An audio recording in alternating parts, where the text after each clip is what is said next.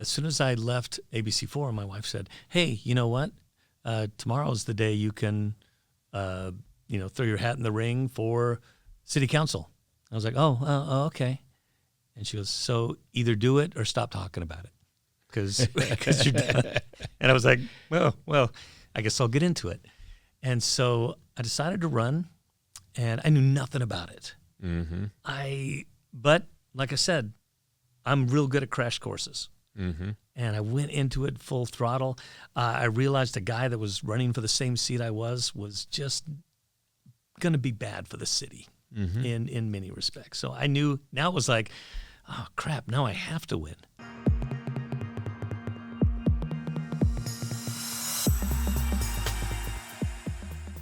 Welcome to Motivational Monday, conversations with me, David Ibarra, and my guest today is Bob Bedore. Hi, what a pleasure to be here. This is, I'm already motivated. Well, great. Let's jump right into it. First, I want to introduce Bob. Bob is our Director of Marketing at eLeader Tech. And I've been working with Bob for a few years now, a couple of years. Incredible, interesting story, background, work history, life history. And we're going to go through it all, Bob. Oh, well, okay. First of all, I first got introduced to Bob by watching Channel 4 News, and you were the weatherman. Yeah, I was a weatherman, which was weird because never in my life did I ever think I would be a weatherman. I didn't go to school for it. I didn't do anything. But I got a call one day, and Channel 4 was like going, "Hey, you ever thought about being a weatherman?" And I was like, "No, I've never thought about being a weatherman. Why are you calling me?" And I went, "Well, we're in pretty desperate need, and someone said they thought you could do this." And I live my life by I make yes happen kind of thing. I take on a yes attitude, and I go with it. And I was like, well, let's give it a try. And in less than a month, I was on air pointing at nothing, with a green screen, right, and knew nothing about the weather. But I had to write my own stuff, and I just let my personality flow. I remember one of my favorite times, about 2 weeks into it, I was doing the weather, and I said, "Hey, there's a high-pressure system coming in. And do you want to know what a high-pressure system is? Because I looked it up today. Let me tell you what I found out." I was just honest with people. So that was just one of my weird little things. And it just... Well, one of the reasons that they brought you on is they thought you had a sense of humor, correct? Some people think that. That's leading me into, where did that sense of humor come from? Because also you have a passion of comedy. Tell me a little bit about that. I've had a huge passion of comedy. There's something about just being able to make people laugh, and and I know you are into the positive mindset, and comedy is this positive thing. And even in the darkest moments of my life, if I can do something to laugh, those dark moments go away. But I toured as a stand-up comedian through some of the 80s and 90s. I have an improvisational comedy troupe called Quick Wits that I've done for 31 years, almost every weekend in those 31 years. Now, Quick Wits. Yeah. So that's just spontaneous. Yeah, which I love. There's no written script. No, I love it because I don't have to spend time rehearsing. I don't have to spend time writing material like I did for stand-up and plays and stuff. But I just have a great group of guys, and there's improv, and for those, Quick Wits is sort of like that whose line is it anyway type of experience. But we're a team, and we're this super talent team like you talk about. We all have our individual things that we bring to it, and we just lean on each other, and we respect the idea that whatever dumb thing I say or do, everyone else around is going to just react like that's exactly what was supposed to happen, and we're going to go with it. Nobody stops and goes, hold on, what are we doing here? What did you say? Because you just have to roll through it. Tell me about how it felt. What made you think about getting on stage, looking at a crowd, eyeballs looking at you, and no one's laughing yet, and your job is to make them laugh? How did that feel the first couple of times that you got on stage? Well, luckily, when you do comedy and stuff like that, you're usually in front of a group of people that are there to laugh. Mm-hmm. So you've got that going for you. And very few people go to a comedy show going, man, I hope these people fail, you know, so that I don't have to laugh at them. Although there's some hecklers well, out there. There are some hecklers, but no, it's a weird thing. I will tell you, I think my greatest power is that I was born without that little thing that tells you you're going to look stupid doing this. Uh-huh. And I was just born without that. I'll just go and do that. But I have had moments where I am just dying on stage because I'm doing stuff that I know this is supposed to get a laugh, and it's not, and you're having to just go. But what I've been able to do in those situations is I rely on my ability to kind of almost, and it's not really astral projection, but I can be in the audience, and I can be feeling what the audience is feeling while I'm talking, and I can know they're not enjoying this. Let me try this. And so it's a pivoting to material that I can eventually find what it's going to take to win. Got to read your crowd. Got to read your crowd. Oh, yeah. You know, reading the room. Got to read your crowd. In everything you do. I tell you, the first, we always have a Christmas dinner at the companies that I have the pleasure of leading. And the first time I put you on the spot, I'm not going to today, by the way, but I said, stand up and give us a comedy routine. And I was laughing because it's clean comedy with you can put your own thought behind it, but it was funny. Oh, I appreciate that. Tell me about you growing up.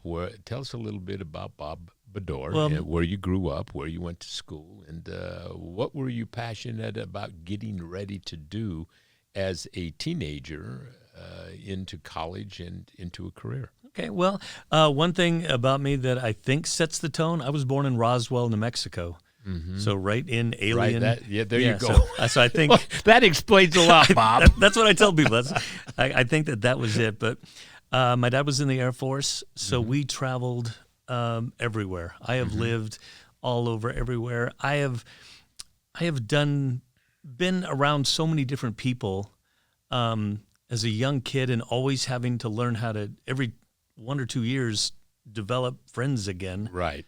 And I think that put a lot into my life. I remember one time my dad had gotten out of the Air Force for a little while, and we were now in St. Louis, and my grandfather owned a catering company in East St. Louis, which is not a real safe location. Right. And I would go in there all the time, and I believe I might have been the only Caucasian kid in East St. Louis at this time. And so I had all my friends, and I was so amazed later to grow up and realize that racism existed and stuff like this, because I was like going, what? People are these wonderful people. So I've had that in me, but growing up, I think that comedy comes from me having to figure out how to make friends and how to do that and how to find a way to get people. And that's where my attitude of yes comes from. It's like, well, I'm going to do this. I'm going to put it forward, and we can talk about that yes thing later. But so I grew up. My dad also, he went back into the Air Force, but wherever he went, he would find a job on the newspaper as a sports writer as well. That was always a side hustle. So growing up, that's all I ever wanted to be, was a sports writer. Really? It really was just my passion. I love sports. I love playing sports. I love everything about it, but I wanted to be a sports writer. And so all through high school and everything like that, I was editor of the paper. But a little bit in high school, here's the thing that changed Bob Bedore's trajectory like you wouldn't believe. We lived in Florida. We moved here to Utah about a week before high school started. And so I went from being fairly well known and had my life in order to I know nobody. Right. I have no ends. And I used to sing a lot. I don't sing as much as I used to, but my dad said, hey, why don't you take a theater class? Because there's a lot of outgoing people in theater, and it might be easier for you to make a friend. And I'm like, well, this is great. My dad's making a play date for me, in high school. And I'm like, whatever. So I got into theater that first week. It was like, we're going to have auditions for a play called Up the Down Staircase. Wow, yeah, I remember that. That was Up the Downstairs. Who did that star with when it became a movie? I don't remember the movie, but here's what you're going to love. Mm-hmm. How I was cast. I was cast in Up the Down Staircase to play Jose Rodriguez because I was the closest thing Layton, Utah had to a Latino. Because I had dark, my hair was much darker. Nobody would have noticed. Yeah, I know. So I played this Hispanic high school kid, and I had 3 lines, and I don't do anything halfway. Mm-hmm. If I'm going to do this, I do nothing about theater. But I was like, well, I'm going to get these lines down. I'm going to work on this. I'm going to do that, and instantly, I was just struck by this performing thing. And since that time, and we're talking that, maybe 1979, I'm fairly old, I have been in a production of some time from that moment until today that I still do some sort of performance. Well, you did a performance right around Christmas time having to do with the Christmas Story. Yeah, that was right? A show I wrote called A Christmas Carol Part 2. Mm-hmm. Taking that, but it changed everything because I went to the University of Utah on a full ride athletic scholarship, not as an athlete but as a journalist. I was the assistant sports information director, and journalism and sports writing was still my path. But I kept being pulled kind of back to these different things into the stage, and I started to develop more comedy base. At that time, I was also doing radio. I was a radio disc jockey, and I started doing that. And so I started traveling. Since you said something about a radio disc jockey, right? Today, you still have you still are. Is that not right? Imagine if you could have learned the Live Ready lessons as a child. Now imagine your children learning these principles through engaging stories, sing-along songs, themed games, and more, all designed over many years with real educators. With Yes Our Kids Can, this dream becomes a reality. Don't miss this chance to shape your child's path to extraordinary success. Enroll in Yes Our Kids Can today and be sure to give your child a successful tomorrow.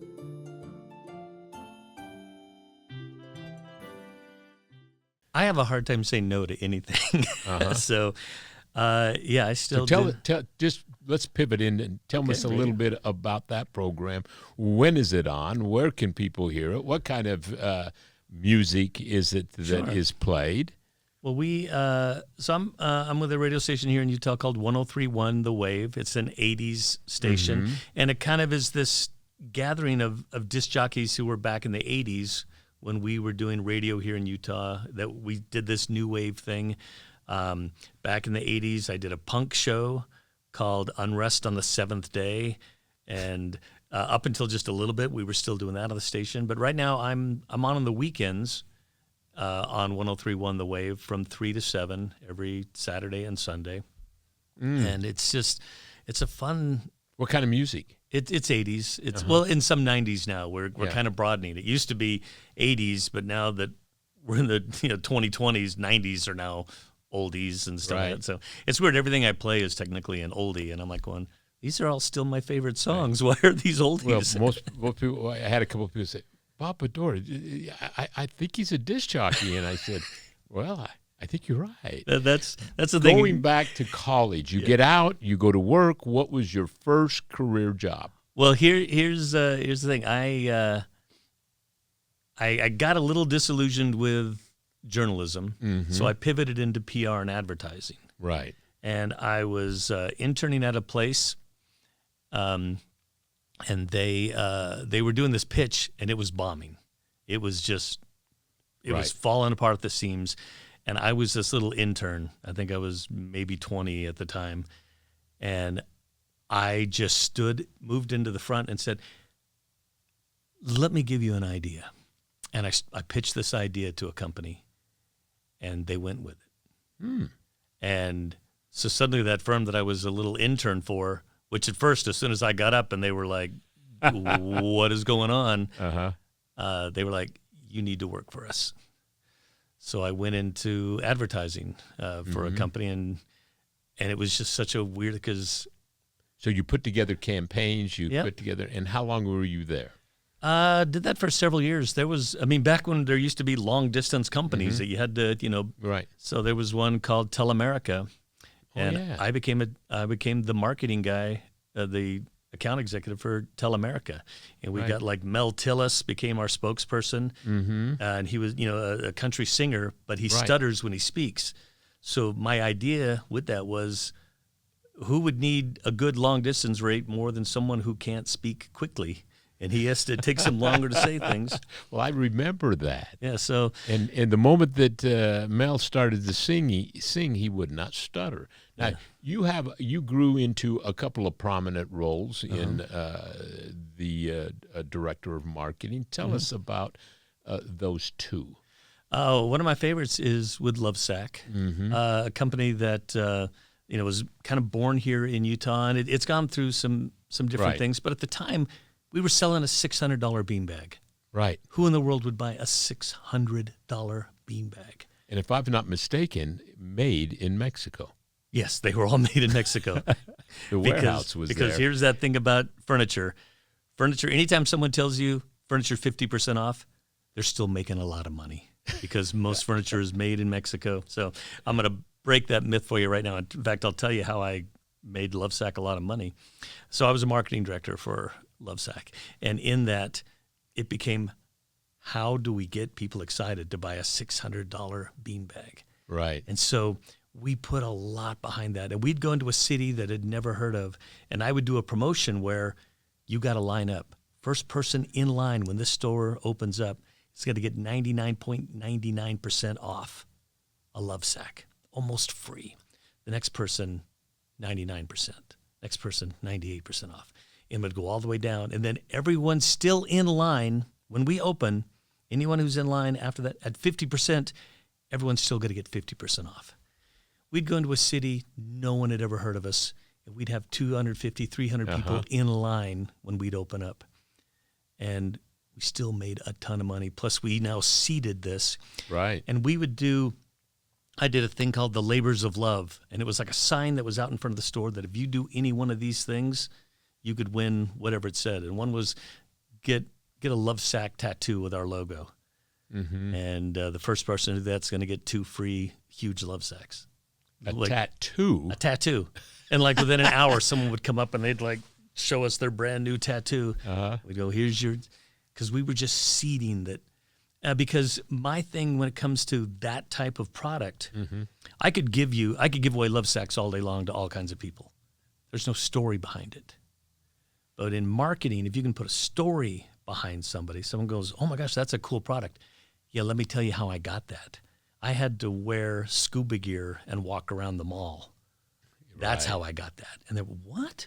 And so, yeah, Lovesack. And then I moved into a real corporate world where I was doing a bunch of video and stuff for Symantec, which then later we ended up buying Norton and LifeLock all became a part of that. And I became, I found, for a long time I used to act in videos and stuff for companies. And one day, and this will tell you, I hope this doesn't ruin how you and I, got together and stuff, but Lovesack was kind of going through some shady dealings, and I jumped ship. I didn't want to be a part of what they were doing at the time. Love everyone there at that company, but I didn't want to be a part of it, so I left. I needed a job. And I went to Symantec, and they used to hire me. Or it was a company called Altiris. They got bought by Symantec, and they'd hire me to be in videos. And they go, well, we need a video producer. And I said, well, I can do that. And they go, I thought you were just an actor. Yeah, how do you think I know everything I can't just act. I have to know everything. And they were like, oh, okay. So they hired me to be their video producer. I instantly went through the biggest crash course in video producing. Right, I knew you were going to say that. You will ever know. And so I started learning that side of it. And then that company got bought by Symantec, and then we rolled into other companies. And then within a few years, I was now the lead video producer for LifeLock and Norton, which was this weird thing for someone who just went into it. But I think what I had, and there were people who will know more than me, obviously, but I have this ability to see the situation and go with it Well, and make them confident. You definitely have the experience, which led into you wanting to share that in a book. Yeah. So tell us about that. Well, a book that I'm about to get out is called Make Yes Happen. Mm-hmm. And it's kind of my improv and management lives colliding. Mm-hmm. Because what I've found out is so much happens when you say yes. And in improv, there's this rule called yes and. Mm-hmm. That's the big one rule of improv. And it's like if someone brings something to reality, you can't go that's not it. You have to go, well, yes, and this. Mm-hmm. And I've learned that that's where I've gotten my best results in the management cycle. You've written this book already, right? I've got it. I'm going through a third pass on it now. Okay. It's just been something that I'm too slow on.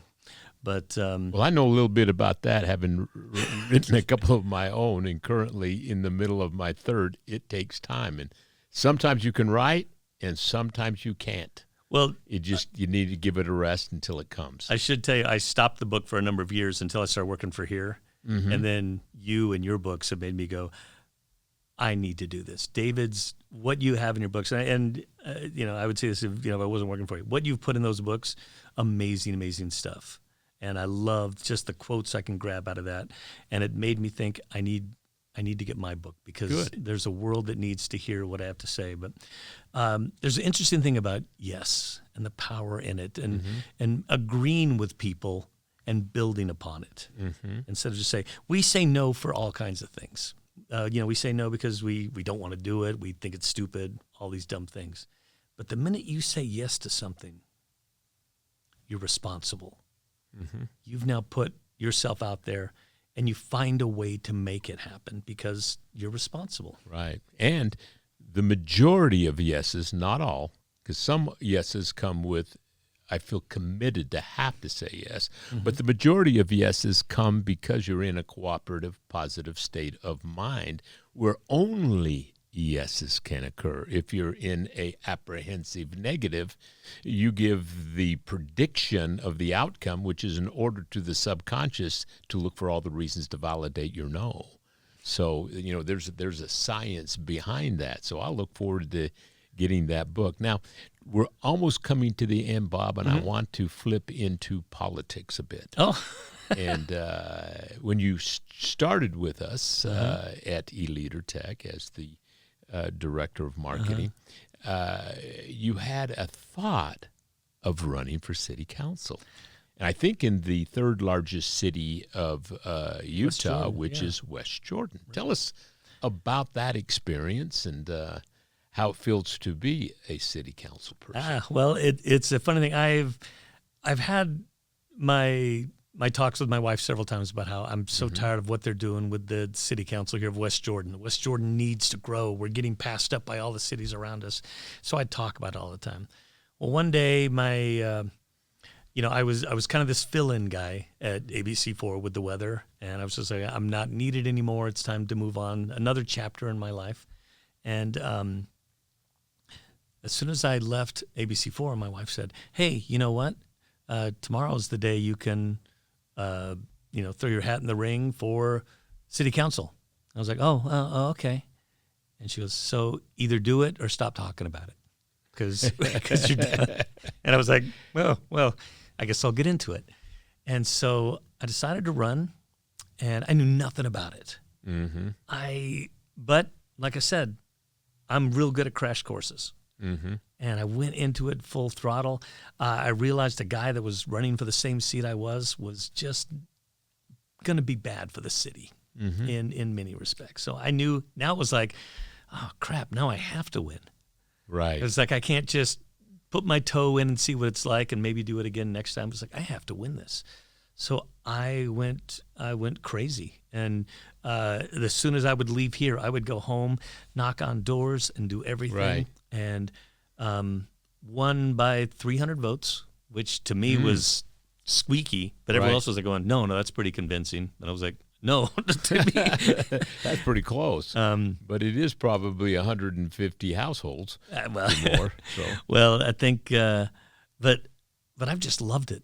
I've loved the idea of realizing what happens. And what you do on a city council is really kind of boring stuff, but it's so important to what's happening and shaping a city and realizing that what you're doing is laying the groundwork. And so in this year and a half that I've been in it so far, to me, we're already seeing some progress. West Jordan is the third largest city in Utah, but has no identity. Right.